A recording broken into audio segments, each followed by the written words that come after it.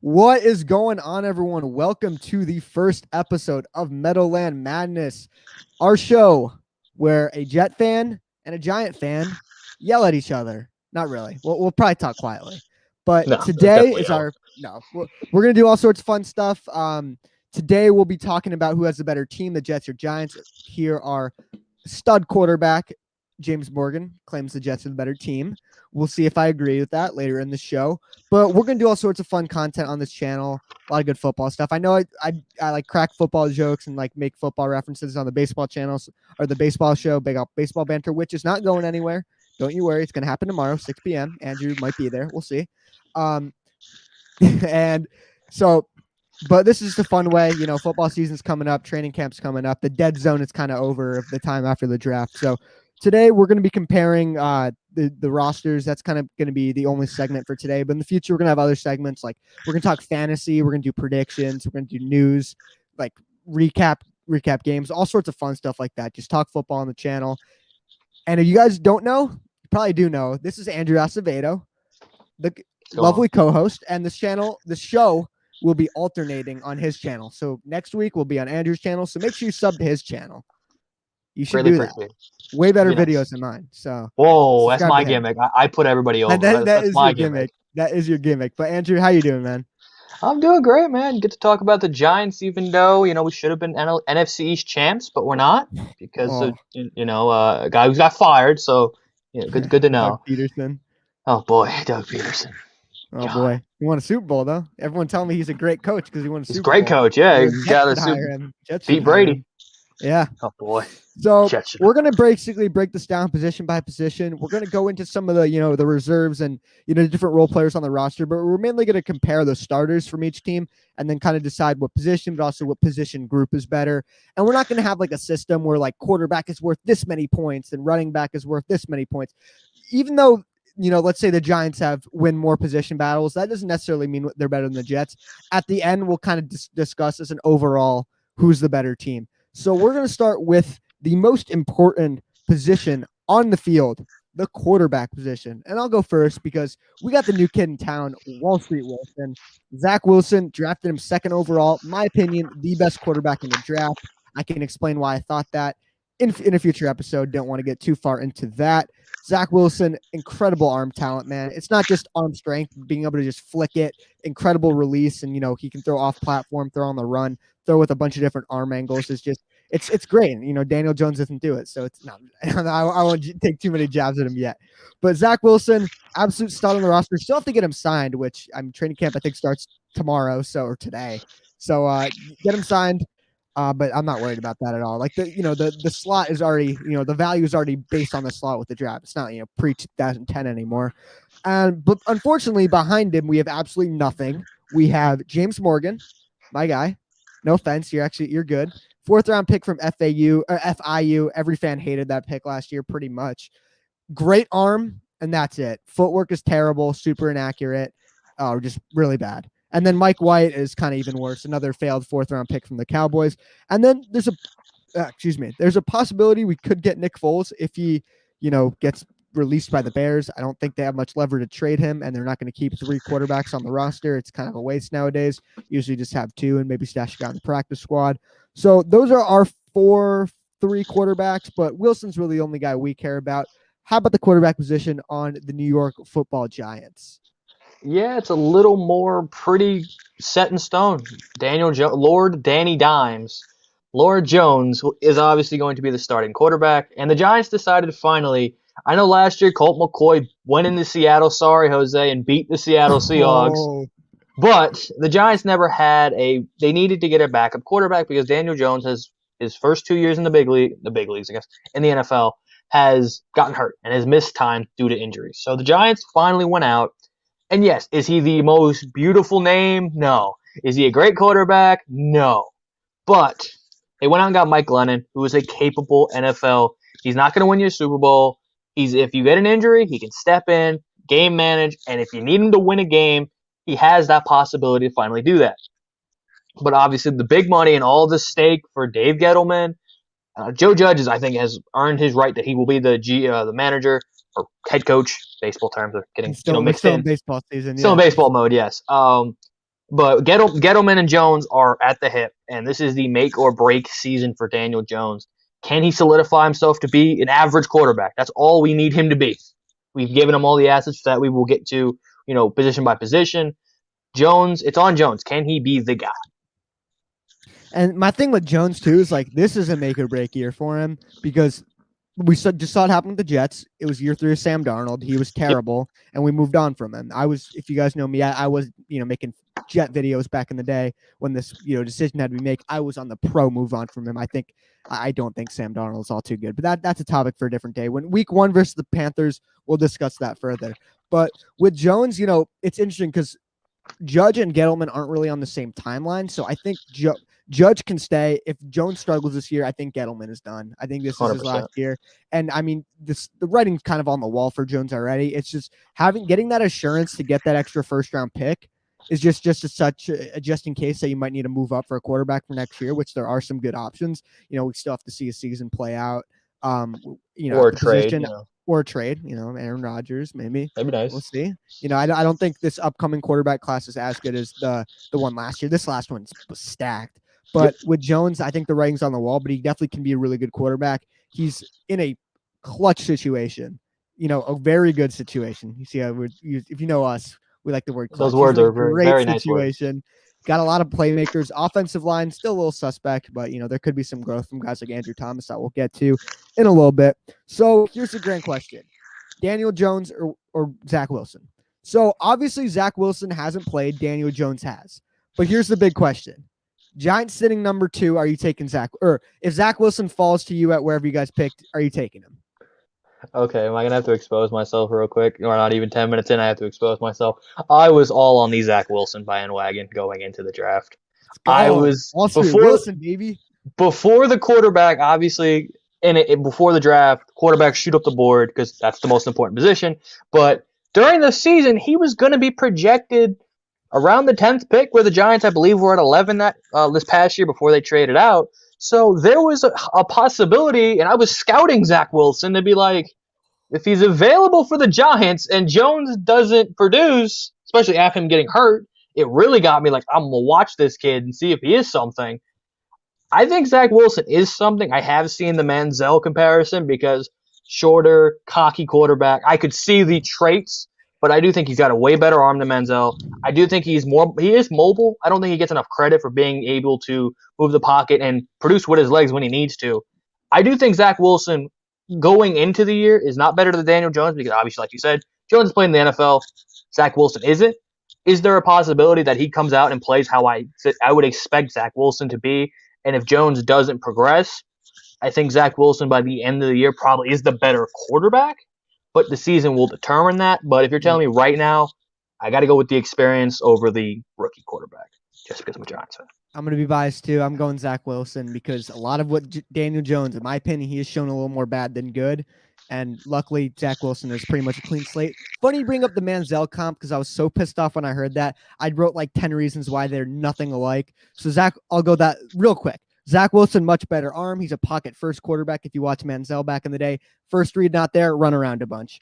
Yep. He lives in dry Utah, so he's not going to, be an alcoholic. He's a film junkie when Manziel spent his time partying all the time. He never got arrested, no criminal background. Zach Wilson actually worked an Uber Eats job to pay for quarterback camps. So the whole spoiled rich kid out the window. He clearly cares about his craft and cares about getting better. Even Manziel has admitted he didn't even want to work hard back then. Like I said, Wilson actually goes through his progressions before bailing out of the pocket. Manziel's the complete opposite. He's going to a much better situation than Manziel did in Cleveland. He likes football, not what football brings him. Manziel was kind of the opposite. He was all about fame and all that. And he also ran a lot more pro-style concepts in college. Manziel was more of the spread guy, everything from the shotgun. Zach Wilson got a little more time spending under center. So you're going Wilson, or you're going Jones. I'm going to go Wilson. So far a tie with the quarterbacks. Let's go to the running back position, which when we get to team versus team, it's not really even close. But I'll give a brief explanation in the Jets room. So Michael Carter is my favorite guy. Is he the starter? No, there is no starter in this group, in my opinion. it's going to be more of a running back by committee, but I think Carter will eventually work harder for more carries throughout the year. So Michael Carter, 4th-round pick, should not have been there in the 4th round from UNC.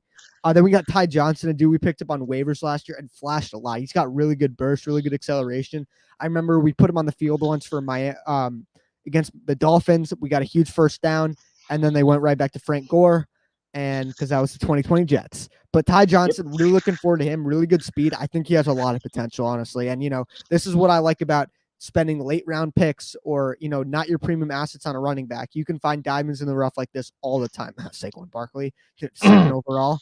And then we got Tevin Coleman, the good veteran. It's a question whether he's not. I think he'll make the roster, but a lot of people are thinking he's going to get more carries than he actually is, in my opinion. He has a trouble staying healthy, but he'll help implement this kind of outside zone system we got going here for the Jets. Michael Pirine, 4th-round pick from last year, not high on him. He was more of an Adam Gase system pick, not a lot of bursts, kind of more of a power guy, which we kind of need more speed than what he has to offer. And then Josh Adams, he's a practice squad guy who can make the roster. He gets a couple reps every year. So I think Michael Carter's the starter I'll go with, but it's nothing compared to what the Giants have at running back, because obviously you guys have when healthy, a top 5 running back. I've seen a lot of people throwing slander because he has been hurt, and obviously I am a big guy. Availability is your best abilities, being available. But when them thighs are on the field, he is a top 5 running back. And the Giants aren't going to have they don't really have a deep running back room because they are going to be more with the wide receiver personnel. They have a ton of wide receivers that are probably going to be on this roster. So they're right now probably going to carry 2 backs. Obviously Saquon. And they went out and got Devontae Booker, who I didn't love the acquisition of him because, again, they gave him $3 million when the Giants at the time were in kind of a cap crunch before they cut Zeitler and they made some extra cap space.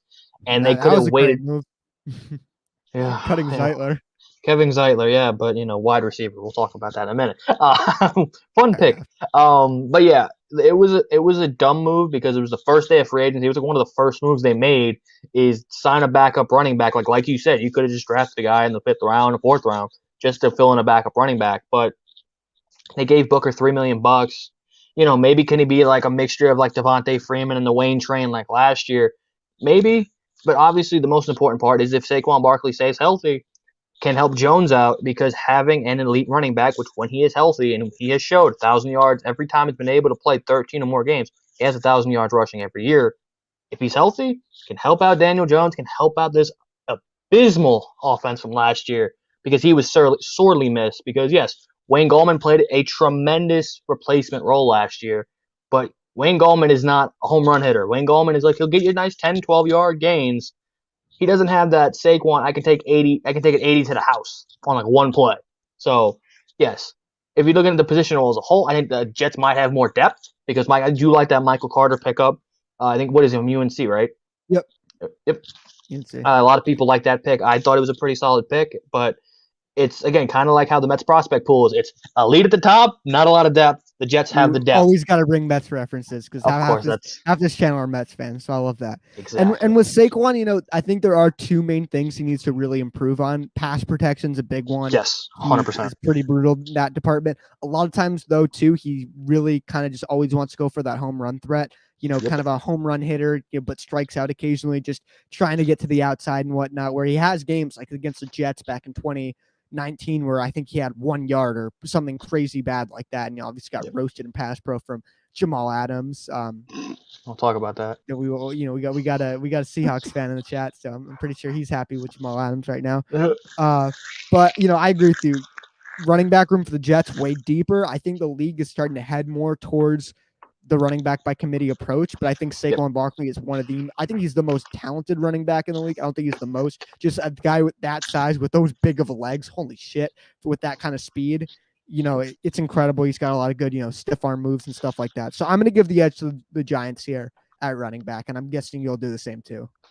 Yeah, I mean, again, just because of Saquon is that difference. If the Giants didn't have as good as a running back as Saquon, I'd probably get to the Jets just because of depth in that room, but having Saquon back kind of gives them the edge.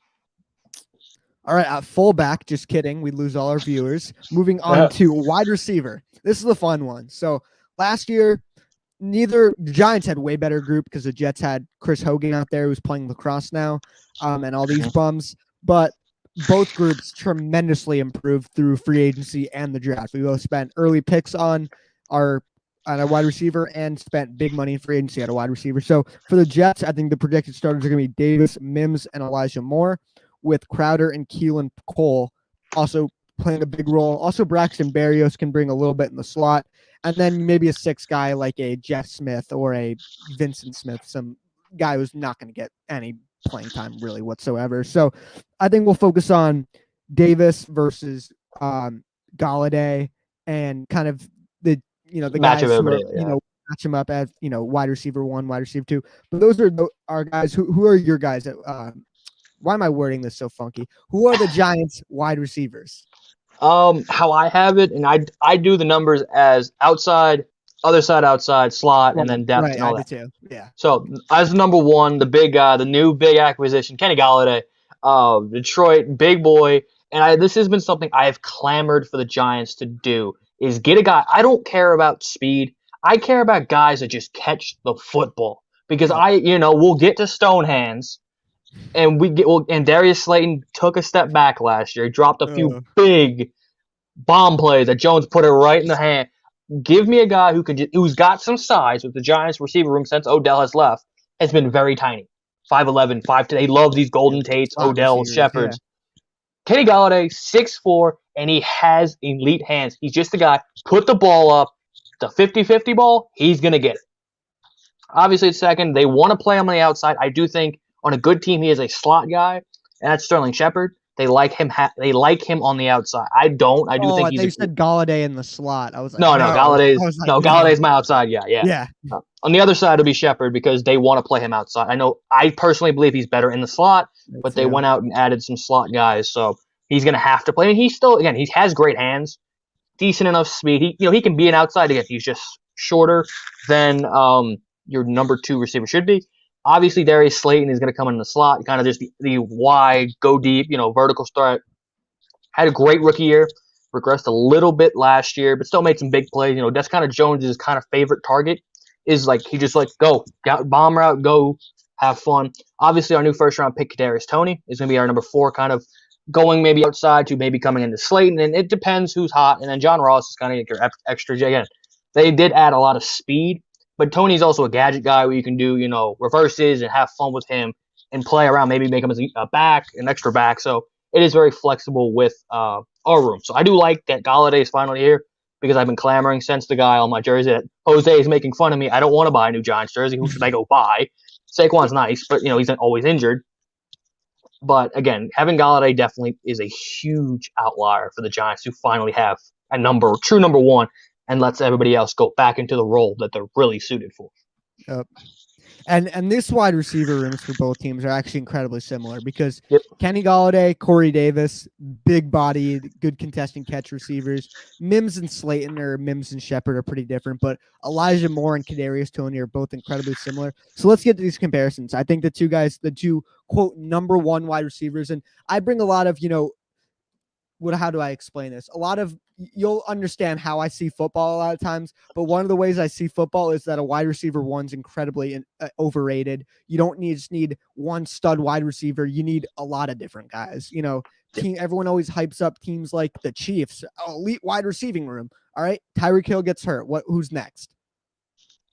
Yeah, exactly. Yeah, I mean sorry, just football nut. Sorry. Yeah. So I could have been like McCall Hardman, and then they had Watkins. They let him go. But yeah, I understand what you mean. They're not close to his level. So I 100%. think wide receiver, I'll call him the wide receiver 1, but is he a number 1 wide receiver? I think Galladay is. My issue with Galladay is not a great separator, but the dude's ridiculously good in contesting catches. Exactly. Maybe the second best contested catch receiver in the league outside of D-Hop. Yeah, I'll give you that. I definitely got to give, after the Hail D-Hop, Mary, he's the best receiver in the league. Yeah, I think he's the best 1, receiver in the league. Yeah. Yeah. 100%. So between Corey Davis and Kenny Galladay, I think right now I would give it to Kenny Galladay slightly. I know his production's been much better. I think Corey Davis has much better More upside. potential. He's faster. Yep. He's a better separator, but he's coming only off of one really good year when Galladay's been really good in the past. Also, people think Galladay's super. I remember hearing people, Jet fans, I don't want Galladay. He's too injury prone. Yeah, one injury prone season. Like, come on here. It's football we're talking about. Guys miss a lot of time because of injuries all the time. So I'm going to give it to Kenny Galladay here, but I think Corey Davis could get better. So wide receiver 1, I'll give it to Kenny Galladay, and we'll kind of just sum it up as a group who we think is better. I know this is a football stream, but the Mets might have just made a trade. For who? I know this is. They're maybe inferring that it's Adam Frazier. Look in the group chat. They don't know yet. There's because the Mets. Somebody put a report out that the Mets are trying to get a guy they've traded for. Yeah, here it is. It's totally possible the Mets have made a trade for somebody and are trying to get him in the ballpark for game time. And then Frank just put out from the same guy in the lineup, in their lineups, Brian Baez, Donaldson, Story. Okay, good. Baez isn't coming. Yeah, and who's not in the lineup is Adam Frazier. So to be determined. Maybe we'll do that on my stream in a little bit. Yeah, I don't know. I mean, back to football. Cool. Sorry, I just saw it and that. Yeah, whenever we talk baseball, whenever we're watching baseball, we end up talking football. Whenever football, we talking baseball. We talk baseball, of course. So, baseball has to get involved. So yeah, I'll go Kenny Galladay. For 100%. the next wide receiver, you've got Shepard versus Mims. Yep. I'm going to give it to Mims. I know Mims didn't do a ton last year, but he was hurt a lot of the year, had garbage-ass Sam Darnold throwing the ball, crackhead Adam Gase on the sideline calling plays, and was absolute money with Joe Flacco. Joe Flacco. Elite Joe Flacco. Elite Joe Flacco. Really good with Joe Flacco. All the wide receivers are good with Joe Flacco because we had a lot of downfield threats. Sam Darnold isn't a downfield quarterback. What do you know? Zach Wilson, downfield quarterback. I think Mims is going to have a huge year. Fans are freaking out because he didn't have the greatest mini camp because he was demoted a bit down the depth chart. Relax, fans. Seriously. They wanted to give other guys reps. That's not new. So I'm going to go Mims over Shepard. I know that's kind of a crazy take. What about you? I liked Denzel Mims coming out last year because I was fascinated with the Giants getting a bigger body receiver. I'm going to go Shepard, again, just the track record. That's just the only thing. And not, you're a Giants fan, you're going to pick. But for me, Shep has done more. Obviously, he's got more. I think Mims, for his potential, can be a better receiver than Shepard is. But right now, we don't know what that potential. We haven't seen it. I think he has that potential. He can be a really good receiver, and the Jets could really have. I don't think he's a number one, but I do think he's an alpha. Split him with two guys, another number like number 2-ish, number one guy. It can be a very valuable receiver. But again, I think it's just kind of. I'd give it to Shepard just because you've seen more. You've seen more, and I think he has a little more better. Like we've seen, he's a better possession guy. Mims is going to be more big playability, where Shepard is just going to be. You throw it to him, give him a little hitch route or something, and for a quick first down, you believe, and that's kind of what Shepard's role is. So again, it's two different roles, but same two different type of receivers. But if you're telling me Shepard or Mims, I'll take Shep just because of the hands. Yeah. That's just for me. I value that more than speed and stuff like that. Right, and then Crowder versus Slayton. Who are you giving that to? I'd go Jamison Crowder, just because what happened with Slayton last year. Because I thought he would have been like, he had a really good rookie year for a 4th round pick. We're like. This kid's nice, a burner over the top, and then because he had good hands in his rookie year, and then last year, so many. I remember I will remember Jones throws a bomb. Danny Dimes drops one of those deep balls in his hands in Cincinnati. He beat William Jackson. He has the touchdown, and it just goes through his hands. And that's just one that I can think of off the top of the head. But there's been so many chances. Again, the Pittsburgh game, he dropped a big one in Pittsburgh. He drops a big one against Dallas and Philadelphia. So, do I think he's a very good receiver? Did he regress, obviously, from a great rookie year? Yes.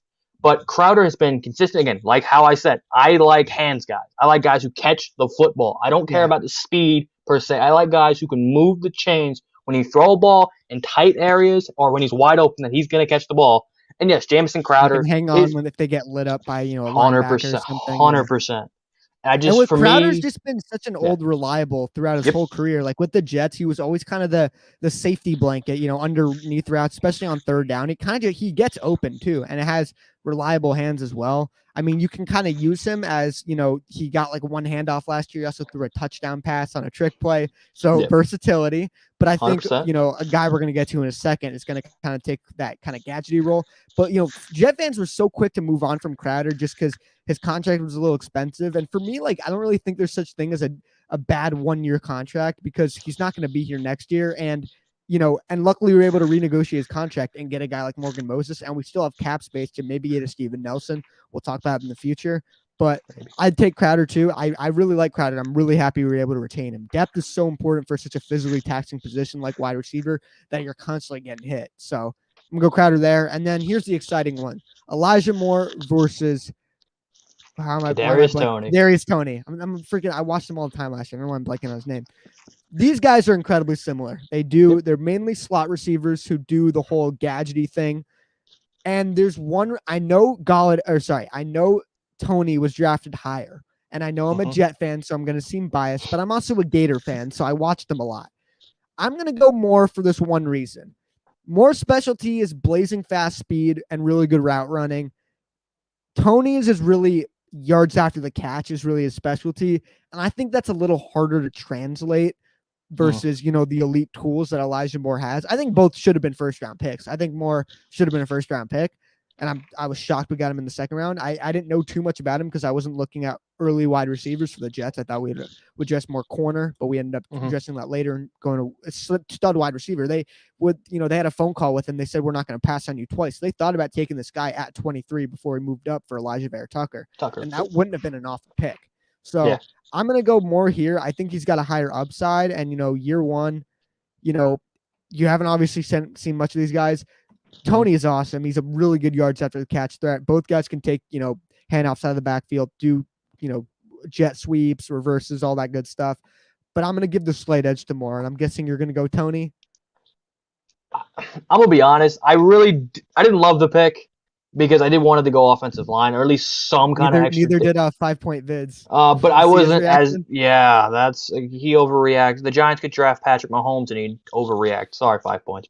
Obviously, I made him having a little fun. But yeah, I didn't love the pick because there was some pretty solid defensive edge rushers on the board. There was a couple O linemen on the board. But what I've heard, good hands guy. Again, for me, you catch the football. Again, you need some guys who can catch it, have great after the catch ability, but you have to catch the football first. And that's for me the bigger thing. If you can catch the football, and every scouting report says that he's a really good hands, so that's great to see or great to hear. Maybe your eyes are telling me something different. That maybe watching him more. I haven't. I watched a little bit. He had very good hands, and he had a quarterback who was kind of a hospital baller, kind of threw him into some hits sometimes, and was able to hang on to him. So yeah, Toney is good, man. I know he's also a rapper too. So 2 for 1. 2 for 1. Le'Veon Bell special. There you go. Isaiah Wilson, the dude from the Titans who got cut after 1 year. He's like a rapper.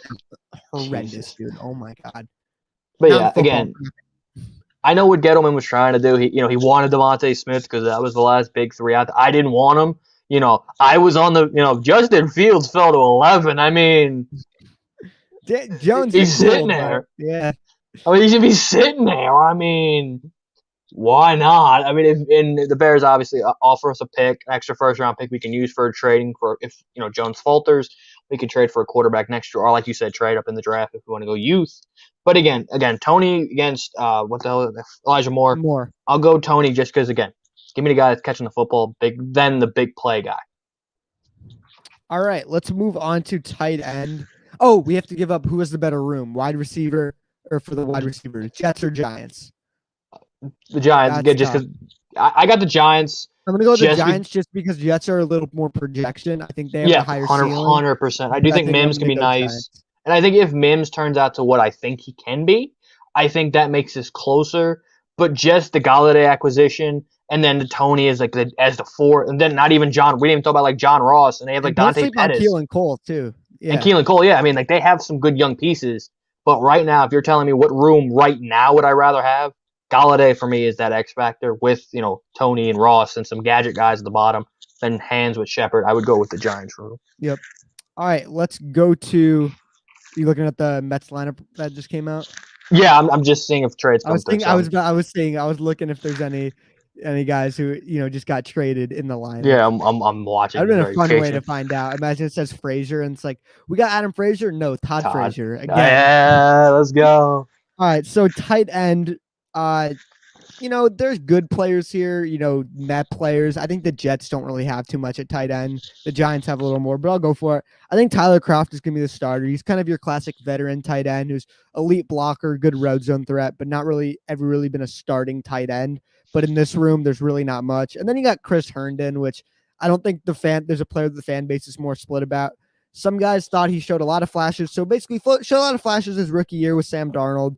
Then the next year, pretty much missed the whole year, got a suspension, and then got an injury against the Giants, pretty sure. Yep, it was. And then missed the rest of the year. Didn't really see it. And last year, he was, at the beginning, was absolutely dreadful. Everything that was thrown in was either dropped or fumbled.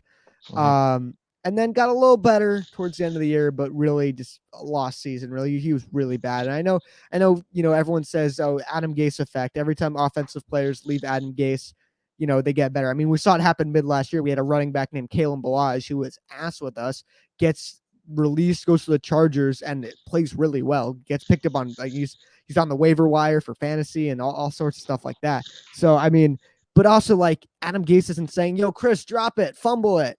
So maybe it's some coaching issues. I don't know. I'm honestly done with him. I mean, you have him here because he's a super cheap option, but he's kind of the X factor for the room. I don't expect too much with him, honestly, but he can be good. Then Ryan Griffin's just a solid veteran who was good in 2019, got hurt, said he got his injury.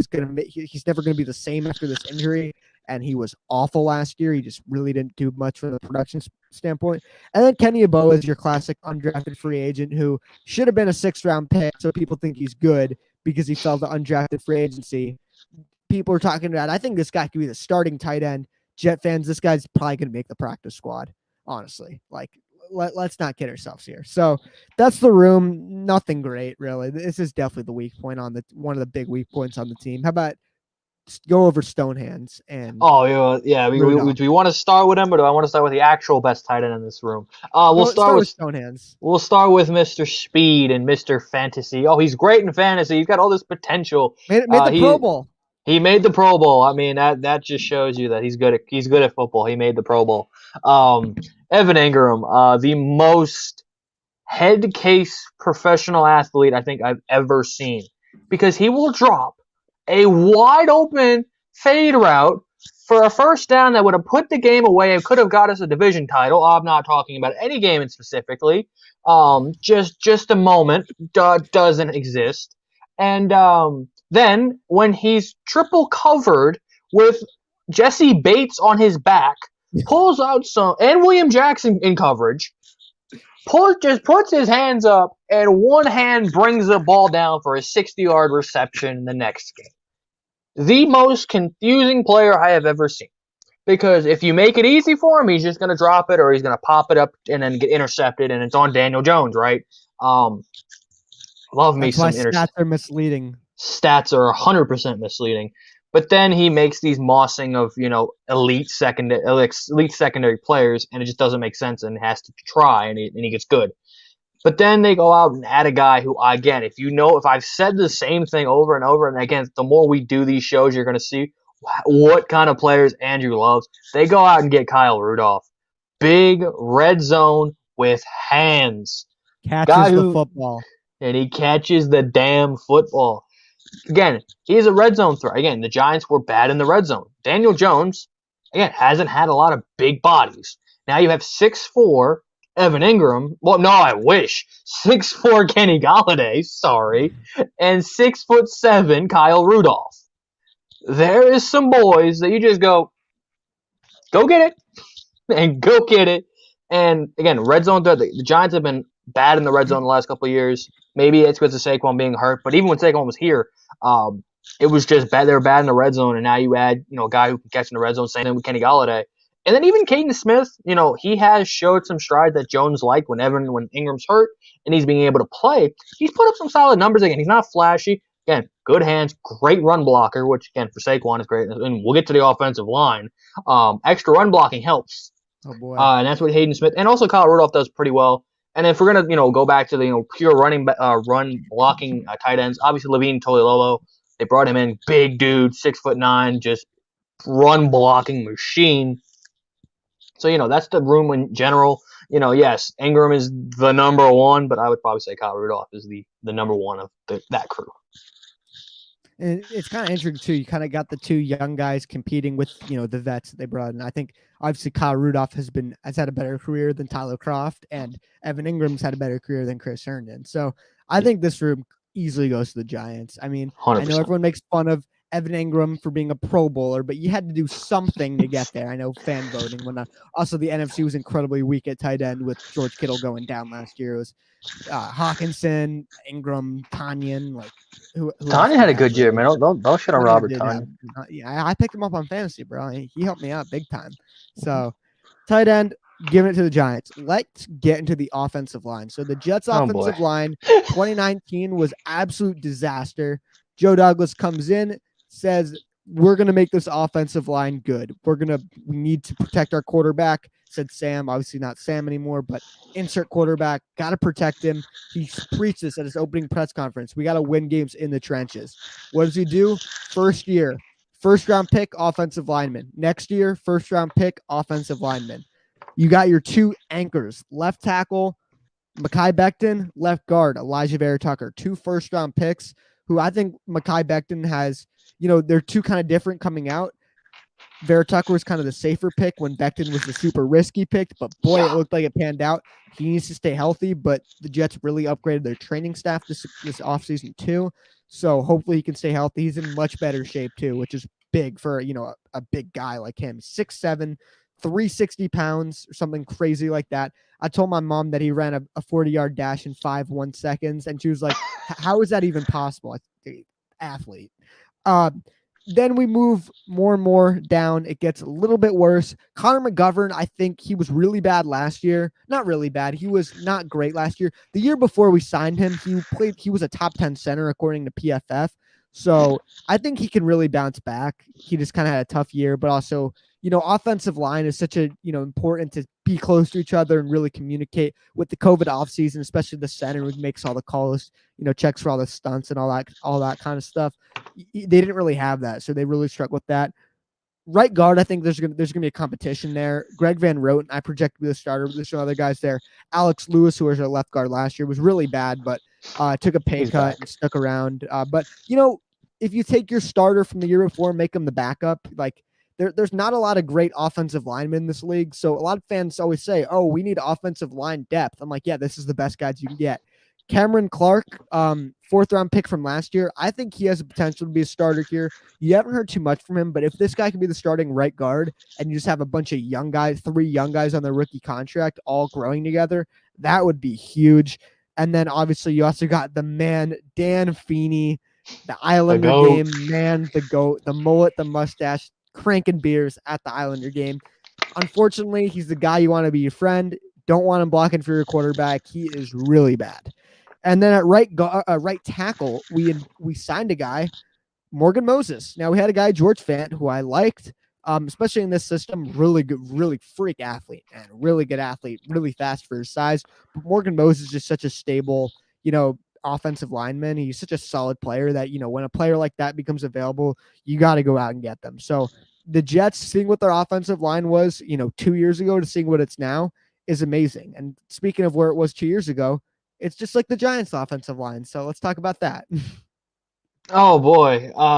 And this is if everyone knows when Andrew played football, this is his position. So he is absolute brainiac when it comes to the offensive lines. He studies film 24/7.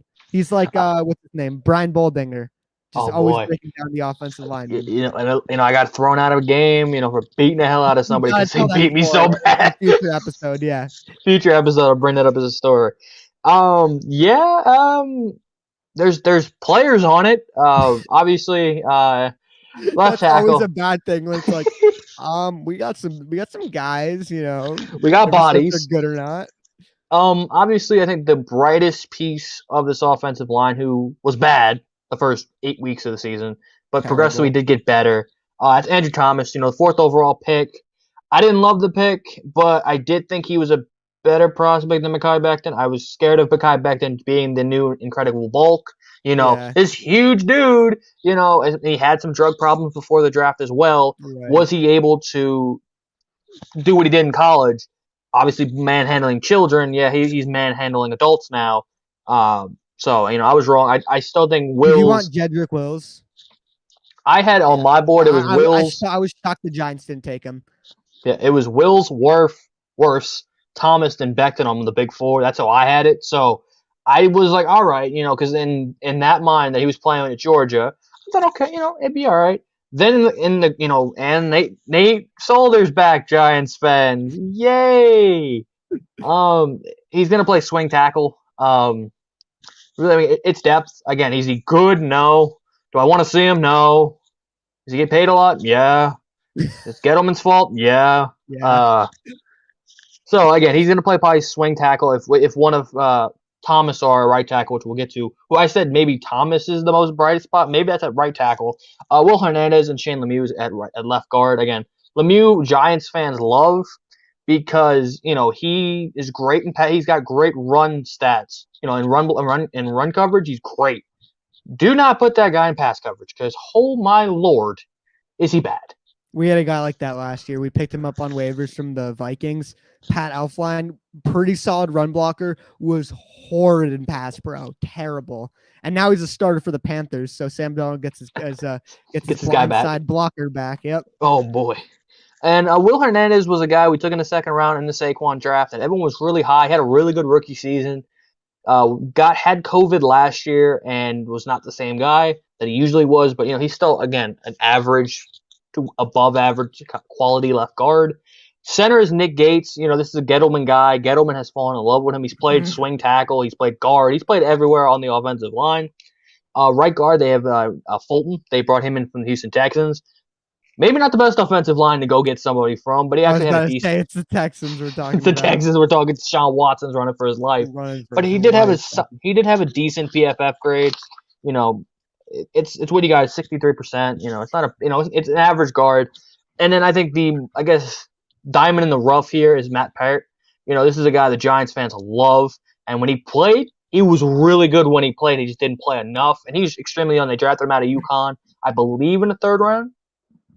This is a guy they have a lot of potential, and when he played, he was really good. So, you have Thomas and him. Maybe can they be your tackle pairing of the future? Could they progressively get better? I hope so. But you still have to fix the interior of that O-line, and it seems like we've been saying that for 10 years now. Kevin Zeitler would have helped to stick around, huh? I mean, he's better than what we had, but he's regressed to what that first year was, that Odell trade, the big piece. But he's solid. It does hurt not having him, but the cap space and Kenny Golladay. Hi.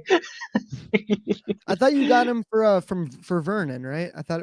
I just combined those two trades, the Odell and Vernon for Peppers and Zeitler. Yep. And the pick. All right, so we'll go position by position. I also forgot to mention a few depth guys on the Jets line. George Fant, a swing tackle, was our starter last year. You make him the swing guy now. If Becton goes down, Moses goes down. Do you have a legit starter? So that's huge. Chumi Doga, cut him. He is so bad, horrendous. And then I think his name's something Jimmy Murray. I think backup center. Hopefully we pick up a center who clears waivers or something. We can pick them up. Because you want a legitimate backup center now. So let's go position by position, and then we'll go over the whole group who has the better. So left tackle, Becton versus Andrew Thomas. I think pretty obvious. Mekhi Becton. Vera Tucker versus Will Hernandez. I think I'm going to go Vera Tucker here. Was the first round pick. I know Will Hernandez has played, but it's not like he's Quentin Nelson here. So why you got to do that? We could have had Quentin Nelson over Saquon Barkley. Imagine, but no, I like what's it called? AVT. Elijah AVT. AVT. Some moron Jet fans call him ATV. It's like, can you spell, man? AVT, not ATV. But yeah, I'd give it. That whole. I think pretty much the whole line is the Jets. I mean, we could just kind of sum it up. McGovern. I mean, he's been a top 10 center in his career. Yeah. Right guard. Ben Roten wasn't good last year, but he's been pretty decent in the past. And the guy you guys got Texans dude. Nothing special. So Jets, and then Morgan Moses against Matt Parrott. Yes, right now, but I do think Parrott is. Yeah, we'll see. But I think Parrott can get in that conversation. Moses had a pretty good long career. Yep. The only concern is he has his number tattooed on his back, and that number is currently taken by the guy he's replacing. So I don't know how happy he'll be to give up his number. So we'll see. We will see. That should get pretty dicey. So that's the offense, and offensive line obviously goes to the Jets. Mhm. Best, I guess we'll talk about who has a better offense when we get to offensive coordinator. We don't have to talk about the whole unit itself. So let's get into the defensive side of the ball, which pretty clearly we already know who it's going to go to here. But let's go position by position. Let's go to the strength of the Jets team, though. The defensive line. The Jets defensive line is going to be awesome next year. We had a pretty solid defensive line last year. We got a lot of pressure, good against the run, just could not get any sacks because we didn't have any edge players. We haven't had an edge player since 2005 when I was 2 years old with John Abraham. So we got a legitimate edge rusher in Carl Lawson this past year, which I know fans can be like, oh, he only had 6 sacks last year.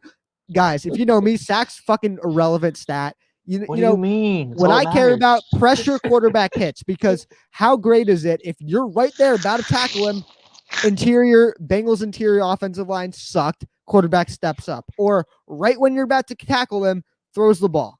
Like the NFL now has so many quick passes, so much, 3-step drops, getting rid of the ball very quick. That's kind of the name of the game nowadays. So sacks, not the most relevant stat. And you see a lot of guys getting a lot of stats. Jordan Jenkins, who the Jets fortunately let go, had 8 sacks in 2019, had 2 last year because all of his sacks were good coverage downfield, and the quarterback was holding on the ball for an eternity.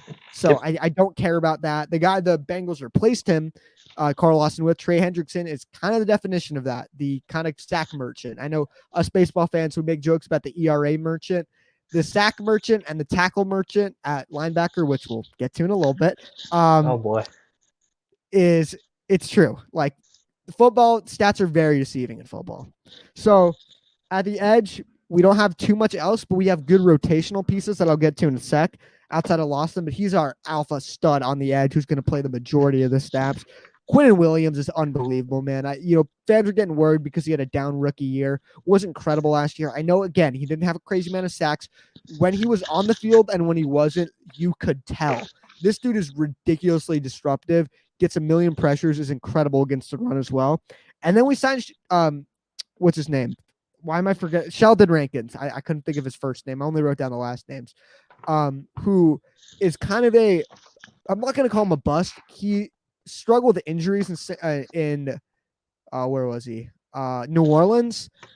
But the thing with him, man, is that, he's a high upside player fresh off his rookie contract. The same thing with Carl Lawson and Corey Davis. These guys are signing who maybe didn't play full up to their potential, but they have a ton of potential.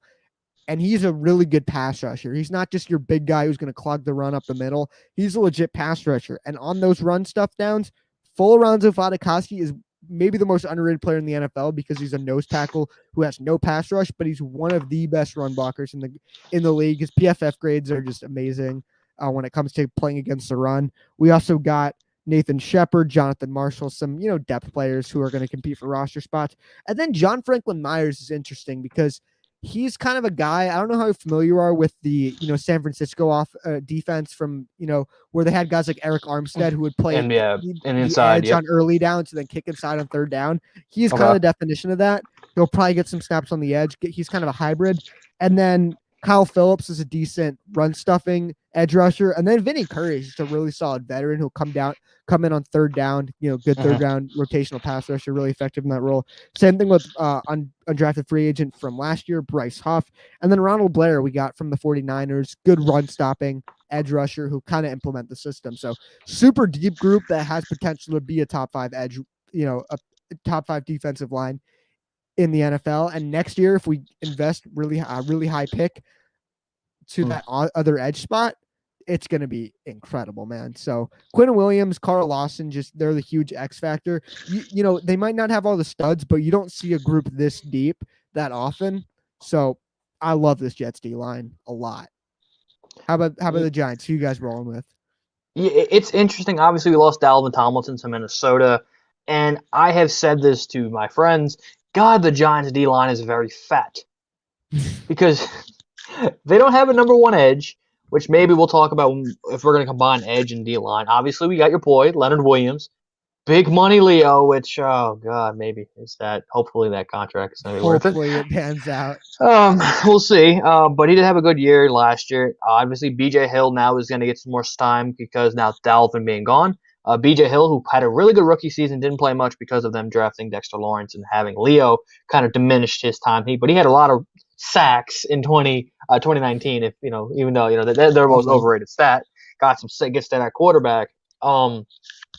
They brought Austin Johnson back. They got him from Tennessee. They brought in Denny Shelton to kind of replace Dalvin Tomlinson as that nose nose tackle. Words are hard. Definitely. Here we go for the memes. IFL Odedebo, whatever the hell his name is, they signed from the Minnesota. Somebody clipped that and put that on my Twitter, knowing how you guys are. They'll be in the freaking Discord. Yeah. I don't know. I'm not even going to try it again. But Minnesota edge rusher, they brought him in. He's, get to the guys.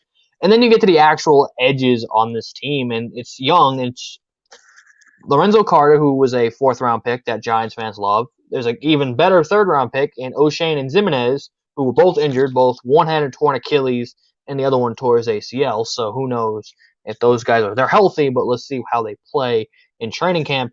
And then the big, I guess, acquisition on the edge is Azeez Ojulari. There we go. I got that one. I barely got it, but there you go. 2nd rounder out of Georgia. Big sack numbers, big pressure numbers in Georgia. Can he be the guy? Maybe we put him on the same side as Leo. Say, pick your poison. Who you doubling? Or, with, Dexter up the middle, with Leo on the edge. And, maybe if, B.J. Hills gets back in sacking. And then obviously maybe helps out one of the Lorenzo Carter or O'Shane to get to the quarterback, get to some more sacks and get to the quarterback. It's definitely something to think about. Again, it's not the strength of this Giant defense, but there is a lot of youth and potential, not maybe a lot of star power. Yeah, and I think the big discussion is going to be, I think this, the defensive line is such a rotational group. I think the only 100%. Players we're going to put head-to-head is Q versus Leo, like I did in the thumbnail. Who's better? And I looked into this the other day. So Leonard Williams really, based on last year, really beats him in kind of the other in the big stats. Pressure, sacks, QB hits. Here's the thing, though. Quinn Williams, better PFF grade, and when you watch him, he's a little more disruptive. I feel like he makes more of an impact on every play. Also, it took him 2 years to become the stud. Leonard Williams, it took how many years to become an absolute stud? Well, you played for the Jets. You just needed to get the hell out of there, and then you could go. Quinn Williams needs to play for someone else? He could be Aaron Donald on another team. Fuck you, man. No, you're like every big media football person, Colin Clownherd, all these bozos. But it's interesting who I think is better. I think who would I rather have going forward? Quinn Williams, contract aside. Obviously, if contract's included, you go Quinn Williams. Yep. I just think he's a little more disruptive and hasn't really hit his ceiling. Leonard Williams, there's a huge chance this could be an outlier season, and that's the concerning thing. He also, you get more he plays snaps on the edge too, outside, which gets you more opportunities to get those sacks and those, those fancy numbers and all that good stuff. I just think on tape, Quinn Williams is a little more disruptive, and I think he has the higher potential. So I think right now Leonard Williams might be better, but future, I'm definitely taking Quinn Williams. How about you? Yeah, it's also how do you want to answer this question? Do you want it right now, or do you want it, 2 years from now? I do think I do agree with you. I think he is more disruptive on tape. I do think you see him more often. Is it because, he's the only good guy on that year in 2020? He was the best guy on that defense. Who knows? Maybe it's Carl Lawson come in and, maybe take some of that thunder away. Maybe you don't see more of Quentin Williams. But again, I do think he's a great pick, 3rd overall pick. You guys were rumored to trade him, which I thought that was, the most Jets thing possible. Thank God you guys didn't, because that would have been funny. But obviously, I'm just taking shots all day today. I think I wanted to at one point because I didn't understand how good he was. And trade deadline pass becomes an absolute animal. Stud. Again, he's a Bama. He comes out of Bama, so he's has a great pedigree playing with Saban and Bama. I'm gonna go Leo. Big year last year, 100%. Giants fan. Giants fan.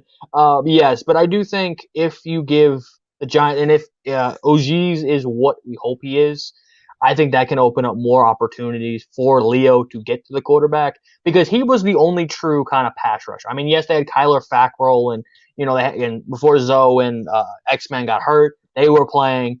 But if Azeez comes in, and is what we expect him to be, and that's a just guy who's just going to get to the quarterback and set an edge, you can let Leo go more inside. And I think he's better inside. Like the Giants have him on the outside playing D end in the Giants 3-4. So he's playing left end. If O'Shea can come on that left side, that's taken out of context. That's going to get clipped. Giving you guys plenty of content.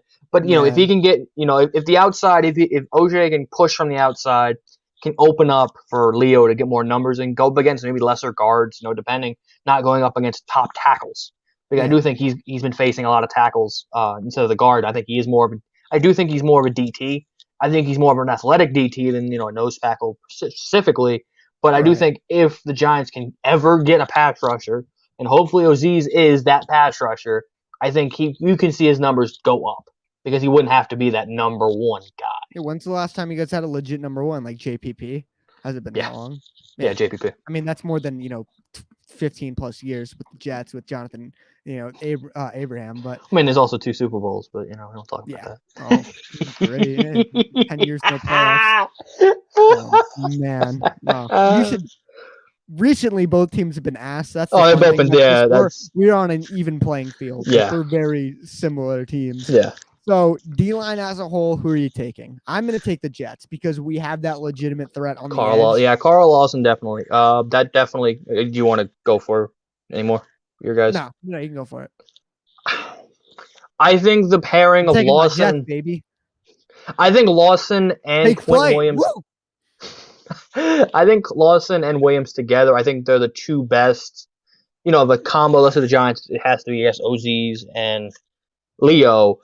I think they have more experience on the inside and just in general on the D line. So I'll give it to the Jets, but I think that's the last thing the Jets get in this video or stream. All right. Well, let's move on to a close call between the two. I don't know too much outside of one player in this position group for you guys, but that's the linebacker room. The Jets, we got one guy and a bunch of question marks. So that one guy is CJ Mosley. Mm-hmm. But he's also a question mark because the dude hasn't played in 2 years. Now, in 2019, when he did play for like 1-2 quarters, it was great. Incredible. Oh, my God, he was playing well. Gets hurt, groin, played a little bit against the Patriots in the classic, seeing ghost game with Darnold. And that embarrassment was clearly not healthy. Shut down for the rest of the year, then opts out because of COVID and also the Adam Gase disease. And also, opted out. Not salty at him for doing that. We ended up keeping him around. He's on a mammoth contract too, paying him I think $17 million a year for him. Oh my God, lightning's flashing like crazy outside. Holy shit! Oh nice. But nice. I'm fine. I won't get electrocuted. But Leonard Quinn Williams or what the fuck am I? CJ Mosley. Yes. Mosley. I think I'm not too worried about the 2 years off because he's never been a player that's relied so much on athleticism. He's an extremely instinctual in zone coverage player. And, a smart player who's not just, like Devin White, who's got instincts, but who's just 100% running with his hair on fire because he's so fast, guy like that. Which, speaking of which, the other guy we got playing on the Sam linebacker, Gerard Davis, kind of a first-round bust with the Lions, but also wasn't really used well. He's kind of the blitzing guy who can, super fast with the Lions. I think this regime's really high on him. I think he can be really good. And then at will, it's a huge question. We got Blake Cashman, who gets hurt every time he sneezes. Bones made of glass. This dude is so freaking injury prone.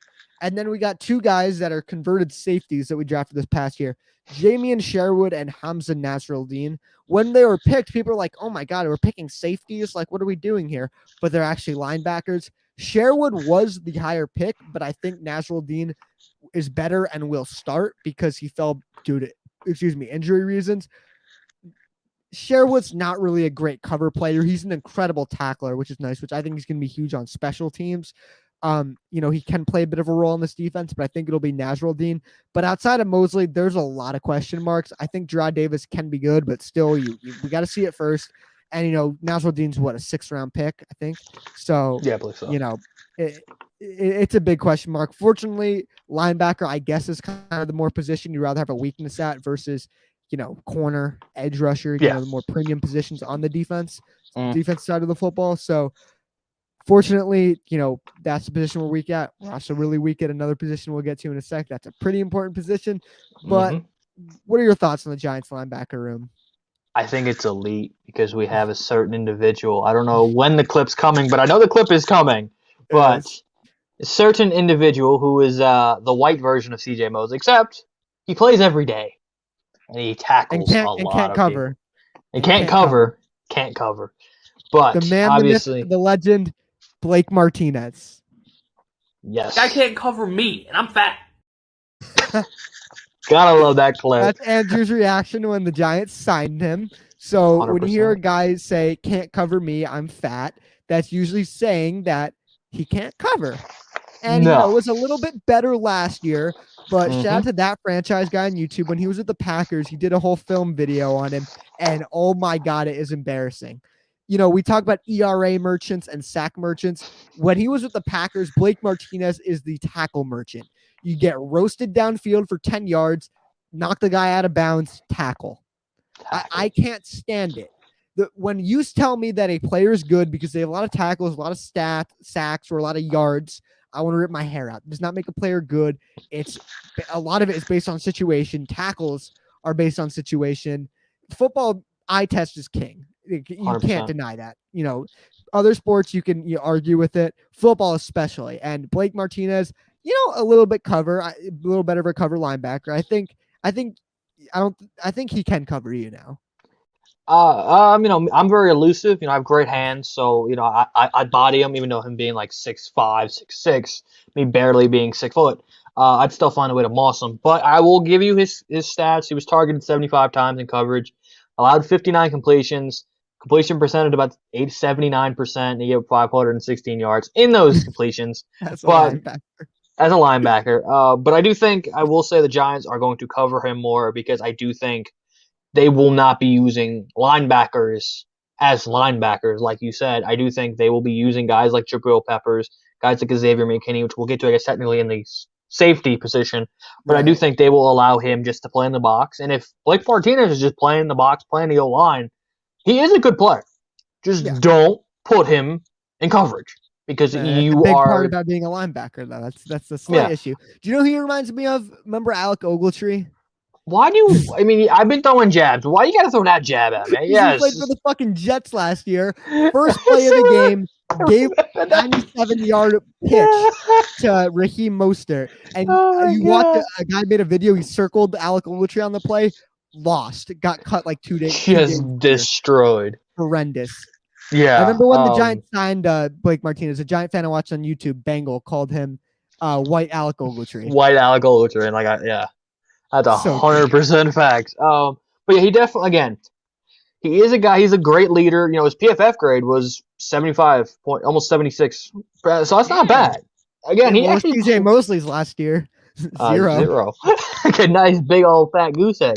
But again, he had 3 sacks. I know that, don't care about that. But he is a guy that he had 302 tackles, though. He got them tackles, was top 5 in the league. I mean, forced. It's impressive, but I'm not. That means you're really good at padding your stats. Forced 2 fumbles, also got an interception. Again, he's not a guy. He's not flashy, but I do think they will try to in not Betcher, goddamn, Patrick Graham's system. I do think they're going to use more safeties as the extra linebackers. If they're going to use actual middle linebackers, they brought in Reggie Ragland from the Kansas City Chiefs. Not really anything special, kind of like just another version of Blake Martinez. Guy that gets a lot of tackles, forces some fumbles, not great in coverage. And Tay Crowder, I know Giants fans do like Tay Crowder. I think he could be, just a utility linebacker. It's really all I see him as. Yeah. So when you go room for room, I think I'll give it to the Jets. I just think Mosley is better than Martinez, and the rest is just simply question marks. I know Mosley hasn't played in forever, but last time he played, and let's not act like this guy had one decent half. I mean, he was a Pro Bowl linebacker for the Baltimore Ravens. So yeah, I mean, he's still a good player. He can actually cover. Guy can't cover me, and I'm fat. He's just gonna use that now. I'm gonna use that thing all the time. So I should get intro when I mentioned Alec Ogletree. I gotta clip that too. Oh just boy, your face, man. So I'm gonna give the linebacker room to the New York Jets. Not saying much because both teams are bad at linebacker. So what do you think? Blake Martinez is better than CJ Mosley because, well, guess what? Availability Is the is your best best ability. option. Yep, So, best ability. Yes, sir. and you know what? He had a good year. Kind of shut me up. And if the Giants do what I expect and kind of make Xavier McKinney kind of that Jamal Adams, kind of play the middle of the field, but also can drop back into coverage, just play the box, I do think that makes that core better. Because if you do put a McKinney or Jabril Peppers, depending, I think Jabril is better in that role than McKinney. I think McKinney's better up top, which we'll get to in a second. But and fortunately, if you're you guys putting, got such a creative defensive coordinator that you and can they'll be cook shit everywhere. up like that. Yep. 100%. All right, So let's get to. Are you done? Yeah, I'm good. Yeah. You're all right. Let's get to where the Giants take a bunch of dubs. It's kind of the offensive line. This position group, it's no question. It's corner. Mhm. Giants win it right off the bat, but we'll go in depth. I'll start with my Jets. So Bryce Hall, 5th-round pick, should have been like a 3rd or a 2nd-round pick. Just slid down the board because of injuries, especially it was in 2020 with COVID offseason. So they couldn't do a lot of the medical work that they would have normally done. I really liked him last year. I think he could be a solid number 2 corner. He's our number 1 corner. Corner is a position where the number 2, number 1 thing is important because you're not going to be rotating corners typically. Usually you kind of have one guy that you match up to. Either you match up to your man or you kind of match up, as a zone. We're primarily a zone team with the Jets. I think the most of the league is a zone team. Zone kind of makes more sense in my mind. But I'm not, some stud defensive coordinator. So what the hell do I know? But we got Bryce Hall. And that's kind of it. Now, there are a few guys who can, be good in the future, but we got Bless Austin, who's maybe the worst football player in America. He is horrid, and it doesn't help the fan base thinks he's good because he'll lay down a decent hit every now and then. The worst instincts I've ever seen. Misses a million tackles. I think an absurd amount of tackles. And is just he can't here. Let me put the clip. Guy can't cover me, and I'm fat. And he's a corner. He is so bad in coverage. So I'm praying he gets caught. Fucking terrible. Bless Austin's so bad. If I have to see this guy start, I'm praying we sign Steven Nelson, bring someone in.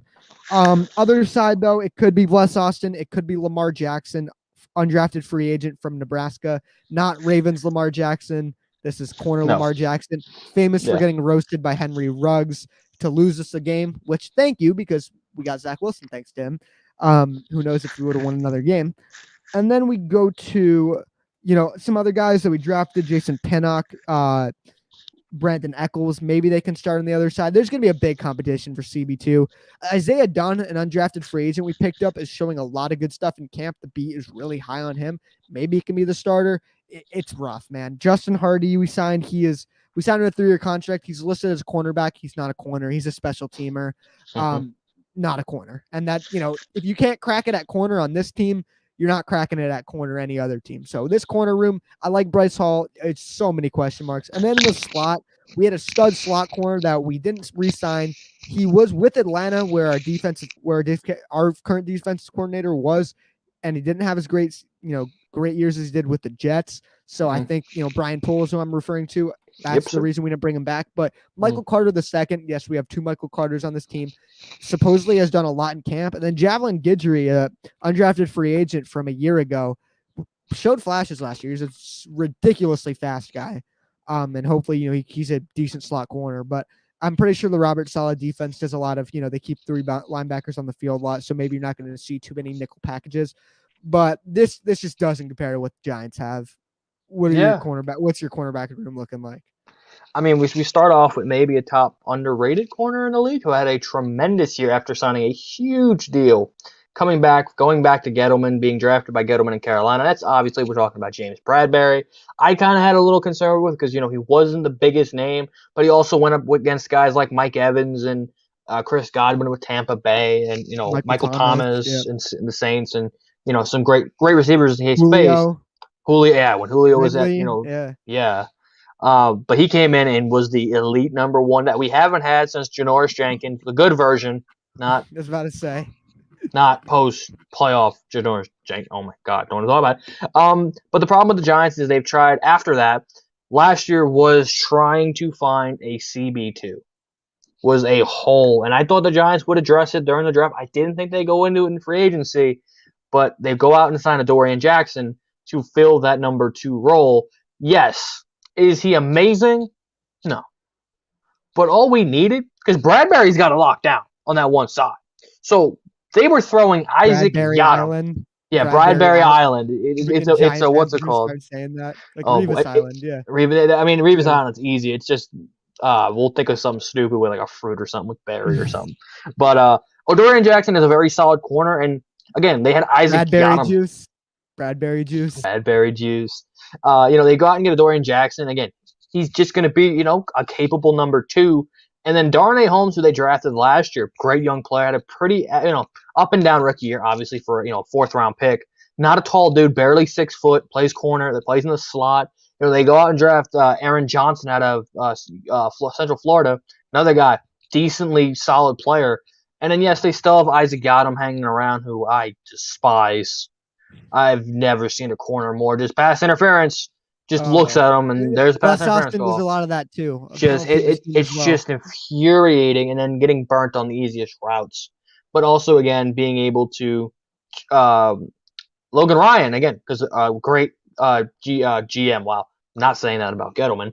DC and Patrick Graham, where he'll use Logan Ryan. Maybe in some sets he's going to be the slot corner. Where again the Giants will get to safety. I guess there's a lot of flexibility, and the Giants secondary is one of the best, if not top 3 secondary in the league.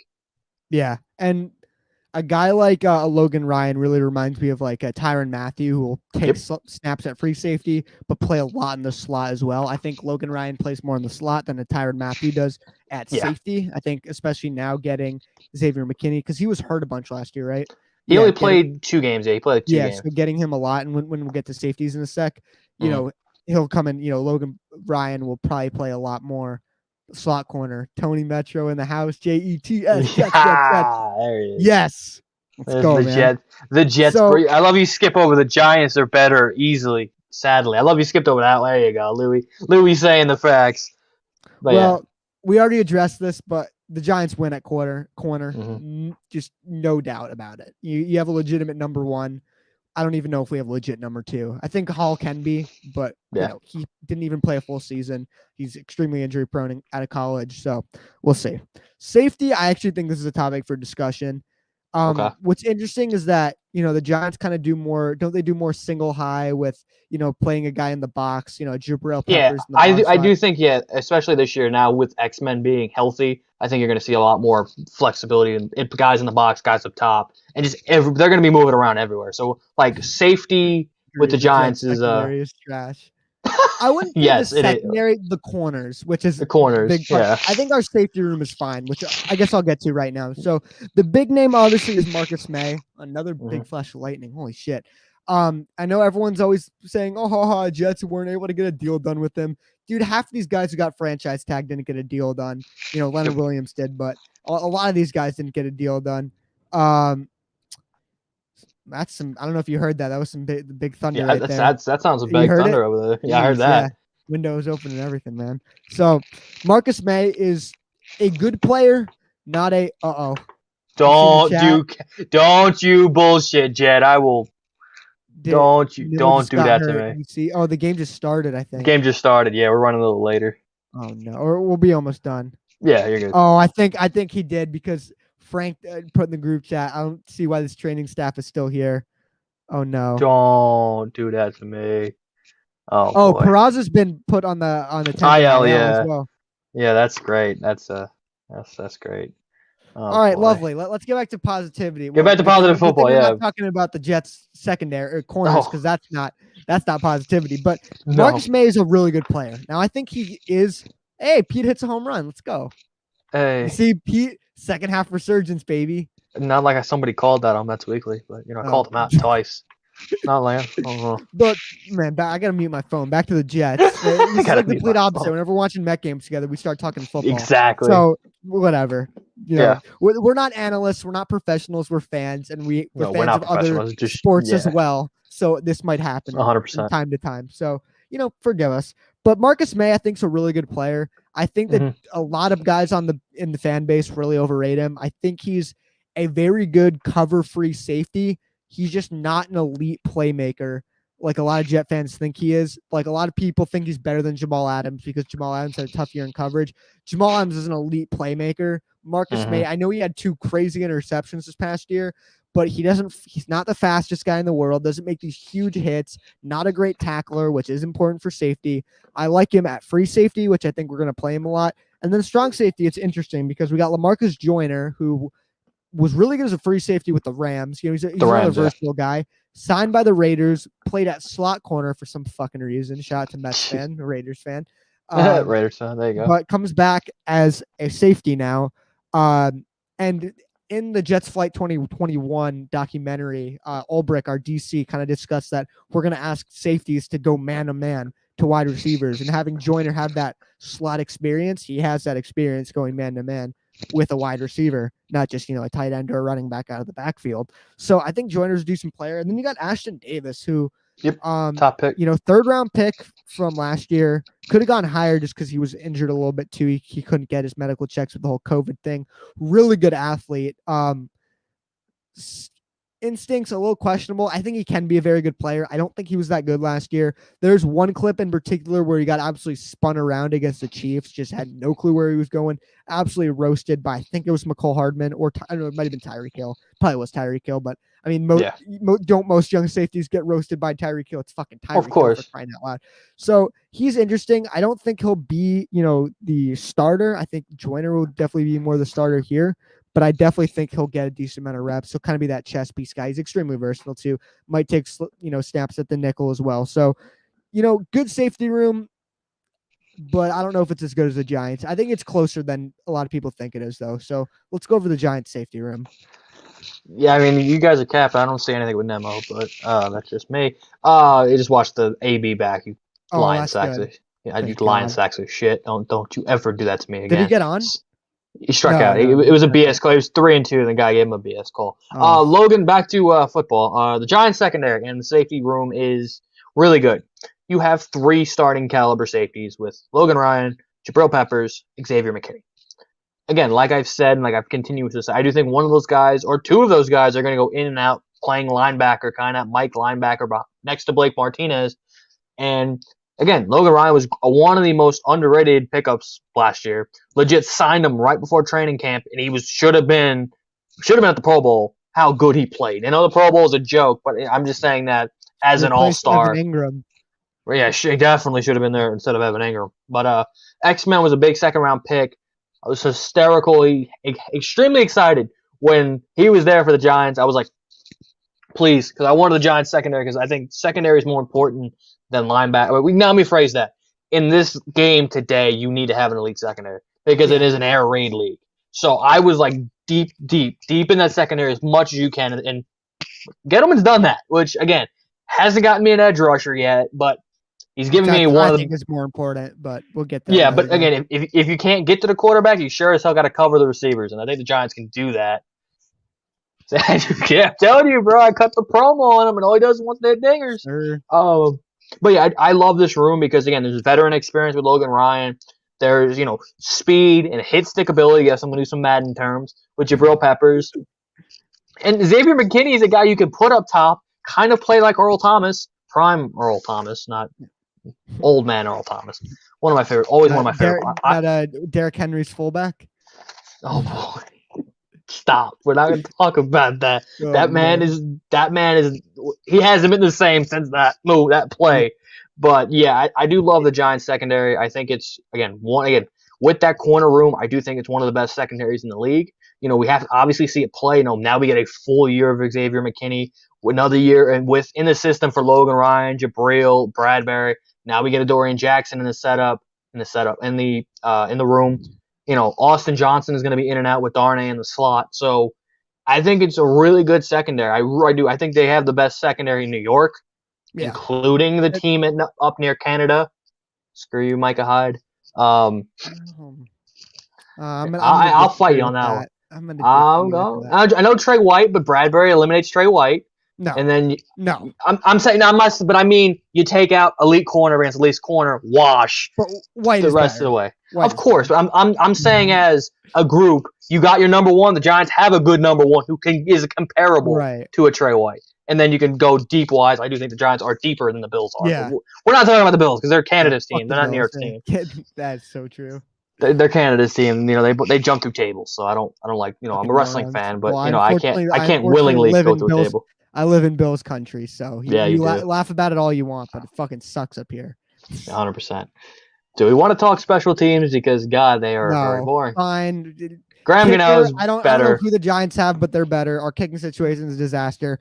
Punter, he was not good last year, but he was a drafted punter, and he's supposed to be really good one day, and he made a lot of tackles, which I guess for punters is very important. Long snapper, who gives a shit? Coverage unit. I mean, but Jets special teams was bad last year, but also Adam Gase. A lot of special teams is hustle and culture. Adam Gase was the opposite of that. So I think having more and bringing guys like Hardy and Sherwood in, who can be really good special team players, will improve it. Do I care? No. Comparing it to the Giants? No. Let's get to this coaching staff, which we're not going to go every position. We're going to go head coach, the big three, DC. So head coach, interesting because both guys, Robert Saleh and Joe Judge, play more of the CEO type coach role. They're not calling the plays. They're kind of overseeing the entire operation. I'm going to go Robert Saleh. I know he hasn't coached at all, but if as a prospect, who did you like more? Yeah. Joe Judge. And look, I don't think Joe Judge, I think he's great culture guy. My worry with him, he's as good as his staff can be. And because he's not an elite X's and O's guy, he's a special teams guy. And Robert Saleh has been an elite defensive coordinator in the past. And I know, you don't just need to be an elite defensive mind or elite offensive mind. We see great offensive mind make awful head coaches. Pat Shurmur for the Giants just happened. I mean, he's a really good offensive coordinator, bad head coach. Yeah. I think Joe Judge is the better head coach right now. I would take Saleh because I think he will be better. But Joe Judge, he really surprised me, man. I really liked him. This is honestly a tie. Yeah, I think if we could give ties, we should give it a tie here because they are like the same person, high energy guys that just want to play for this guy. But I'm gonna go with the guy who almost won a division title. I don't care what division it is. He should have won a division title in Joe Judge. Again, I've never since Kaufman has left. They've we don't talk about Greaseball and Pat Shurmur. Jesus Christ. I know the Jets make it like say hold my beer, look at our coaches, but the Giants not far behind on hiring some terrible coaches. But I've never felt more confident in the head coach. There's just something about him. He just screams intensity, and you know what? I like it. He's one of those guys that he'll play for. He'll back up his players. But if you do make a mistake, he's gonna call you out. Yeah. And I do like that. I don't want like how Rojas is. Oh, everybody's best friend again. Keep bringing the Mets up because it's just easier. That's a fair comparison. Yeah. Rojas is a guy who just loves his players, and yes, he'll defend them, but Joe Judge will call you out. You miss an assignment, you miss a block, you drop a pass, you're benched, and he will bench you for time. He's benched Andrew Thomas, he's benched Matt Parrott, he's benched Daniel. Well, he didn't bench Daniel Jones. It's kind of hard to bench Daniel. Yeah. I mean, Fred, it is very easy to bench Daniel Jones when you don't have a quarterback that you can put in to replace him. But he's definitely done that with Leonard Williams. He's done it with Dalvin Tomlinson when he misses assignments. He is a guy and I think Robert Saleh can be that, but we just haven't seen it. So, Again, experience over potential. I go with the experience, but I do think Saleh is going to be a really good head coach. Is he finally the guy that turns the Jets around? We've been saying this shit for like 40 years now, so we don't know. Yes. We never got a Robert Saleh caliber guy in those past 40 years. That is true. All right, offensive coordinator. Mike LaFleur versus Jason Garrett. I know Mike LaFleur's never been an offensive coordinator before. I got a great answer for this. But that Shanahan system, man, it just works. And he's bringing that. He was the San Fran passing game coordinator last year. It's not just the person itself. It's the system he's bringing. And the system he's bringing is just, it seems like so many teams are using it nowadays because it's just such a good system. Those outside zones, the bootlegs, all sorts of that kind of good stuff. It's just all the play action. It's my cup of tea. I love watching the 49ers because that system is just so good. Yeah, lead blocking, team. All that good stuff. Using your personnel smart, using them, getting the most out of your players. That system really does. So I'm going to go Mike LaFleur. And, it's nothing against Jason Garrett, but he was a head coach for 10 years. And what did he do? Won some division titles. All right, let's do this answer because if you're going to watch this show and I guess you're going to notice there is going to be a lot of shots fired Oh yeah. across the way, and just in general in people. If it's gonna be the Bills, so we'll take shots at everybody. Yep. The Jets made the dumbest decision they could have ever made because they hired the guy related to the Green Bay Packers head coach, and he's not aggressive. So when the game's on the line and Zach Wilson's balling out, they're gonna kick a field goal. So it's not the offensive coordinator's decision to kick a field Hey, goal or not. brothers are linked together. Brothers' minds are similar. So going to be a very passive Jets offense. Obviously, He Jason Garrett's fourth trash, down but play. He only calls a fourth down play if Robert Saleh tells him to. exactly. But yeah, I mean, Jason Garrett's Jason Garrett. I mean, it really isn't saying much. He's not great. Giants fans wanted him Generic. gone. He's just generic old school football, Average. and Yeah. the Giants need to upgrade soon. Again, if Jones is gone, he's gone with Gettleman. So part of me does wish that Jones flops, but obviously I don't want that to happen as a fan. I want him to hit that next level, but again, it's give or take. Yeah. And then defensive coordinator, Jeff Ulbrich versus Patrick Graham. I really don't think this is close. I think it's Patrick Graham. The dude got head coach, offers for a year last year, got interviews. The Jets interviewed him for a head coaching spot. Just a tremendous young defensive mind. Kind of what everyone's talking about when Sean McVay started, that young offensive mind, or Brandon Staley, better comparison, the young defensive mind. Yeah, that's Patrick way better. Graham is that to me. He gets so much out of his personnel. Did we think that was going to be that good of a defense last year? Leonard Williams, career year. James Bradbury, my God, career year. Logan Ryan, really good year. He just gets the most out of Blake Martinez. Good career year. Hold on, let me get Guy can't cover me, and I'm fat. Blake Martinez. Look at that baby face. It's just like, Jesus. oh my God, clean shave Andrew, bro, crazy. But it's like I look at good coaching is getting most out of your players, and when a million guys have career years, like I'll make a baseball reference. Jace Tingler last year for the San Diego Padres. How many of those guys had either bounce back years or breakout years? Machado, Will Myers, Trent Grisham, Hosmer. just Hosmer. Yeah, oh yeah, Hosmer definitely. How many of those guys had bounce back or breakout years? So for me, I'm gonna go Patrick Graham there, and I really think you're gonna agree too. I mean, again, the biggest weakness was the Giants' defense. We thought, the offense would put points up. Yeah, we were wrong about that. And we thought this defense was going to suck. We were wrong about that.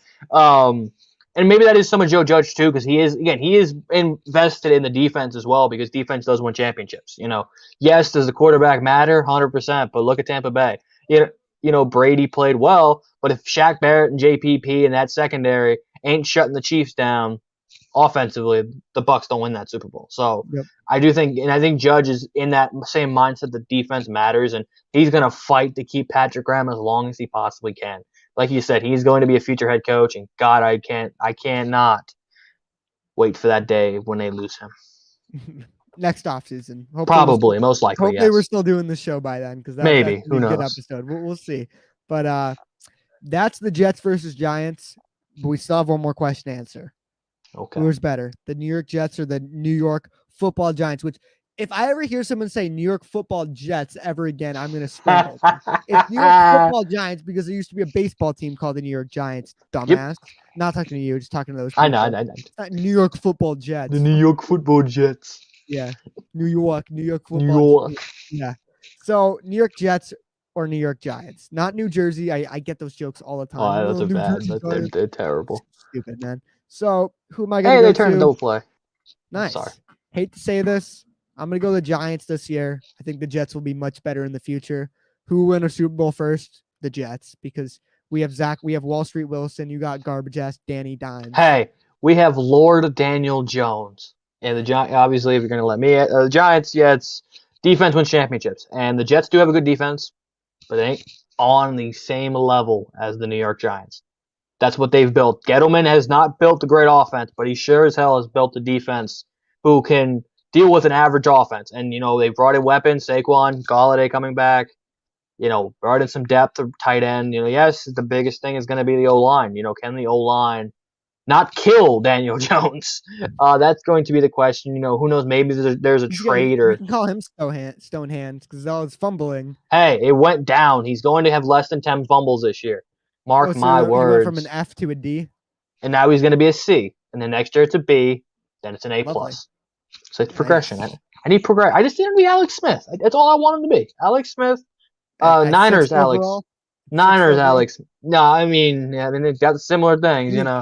Chiefs Alex Smith was the best Alex Smith, probably. Yeah, I guess. Yeah, just a good game manager. Limits the turnovers, which he's done a little bit better. Just be that, and that defense. If that offense produces anything, this team's going to win games. Yeah. Because that defense is going to keep them in games, and if they can put up points, they got to use Daniel Jones's legs more too. 100% dual threat guy. I know faster than Lamar Jackson. White Lamar Jackson. Yeah, that definitely isn't the case. Oh, last thing, GM Gettleman or Joe Douglas? Oh God, I'm gonna go Joe Douglas because Joe Douglas has never made a pick that has the fan reaction and the national reaction that the Daniel Jones pick had. Like, I mean, it wouldn't have been confused like the James Morgan pick, but that was a 4th round pick, not a 6th overall pick.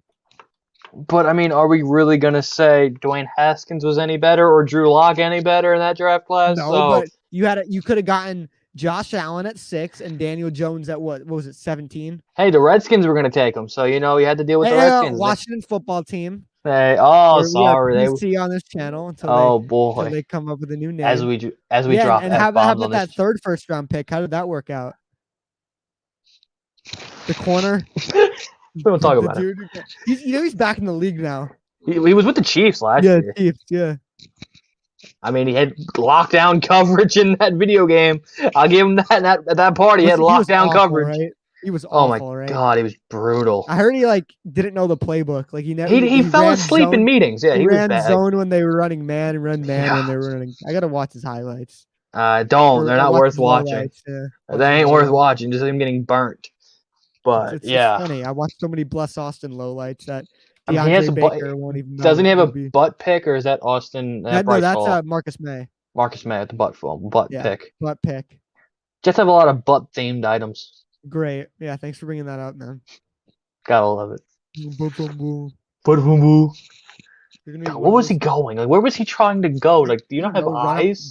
QB draw? I don't know. I don't know what that was. James McCann's right. That. So Giants win this, but Jets will win the Super Bowl years before the Giants win the Super Bowl. Heard it here first. That was the first episode of Meadowland Madness, our new Jets and Giants football show. Next week we'll be on Andrew's show. We're not going to just do one topic like every week. We just wanted to get this big debate out the door. We're going to have all sorts of fun stuff. We're going to do fantasy content. We're going to do all sorts of good stuff. It's going to be a good time just talking football. We're going to do game reactions. I get pretty rowdy during the football season. If you guys know how I am during the baseball season, it's like that too during the football season. So we're going to have a good time, guys. And Andrew, appreciate you doing this, man. Always, man. We just thought of it as an idea we brought up, and we made an idea. A real thing. I don't know. That was a bad. Really bad, pun. yeah. I'm bad at this. We'll end it on a way better way, like this. Guy can't cover me, and I'm fat. Yeah. Blake Martinez, better than CJ Mosley because he stays healthy. 100%. And remember, if you want to take anything out of this video into the next one, remember that Andrew likes wide receivers who catch the ball, and Elias thinks stats like sacks and tackles are irrelevant because they are. Guys, that was Meadowland Madness here on Big Apple Banter Media. I'll see you tomorrow for Big Apple Baseball Banter, 6 p.m. Call into that. This isn't a call-in show, by the way. I saw some people asking that. This is going to be more just us two. Andrew doesn't have the brain cells that I have. Maybe if I'm feeling if I'm feeling nice, but we'll get a couple people. We got a lot to cover. We got some stuff to make up. Different signings and all that good stuff. So we'll see you guys next time. Bye bye.